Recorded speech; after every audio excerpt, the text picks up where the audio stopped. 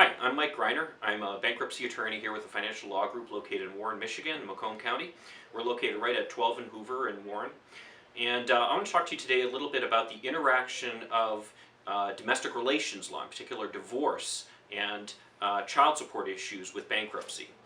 One thing that I suggest to a lot of my clients is that before you actually go through a divorce, that the two of you, you and your soon-to-be ex-spouse, file bankruptcy.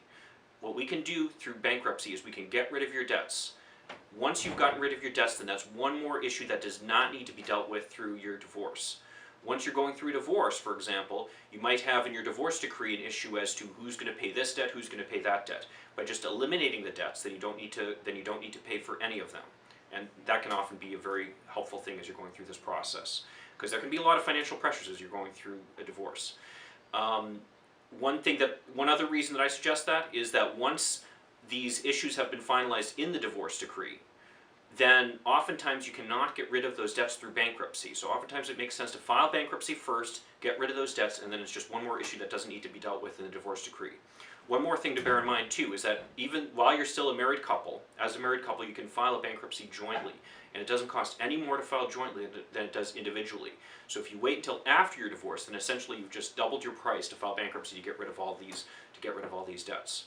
So I think that's an important thing to bear in mind when you're considering a divorce.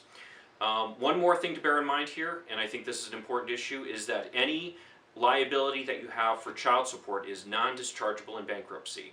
So if you have any ongoing debts with respect to child support, that would not be discharged in the bankruptcy, and it's one thing I think that's important for ex-spouses to be aware of. The fact that your ex-spouse is filing bankruptcy, that does not mean that any child support that's owed to you is going to be wiped out.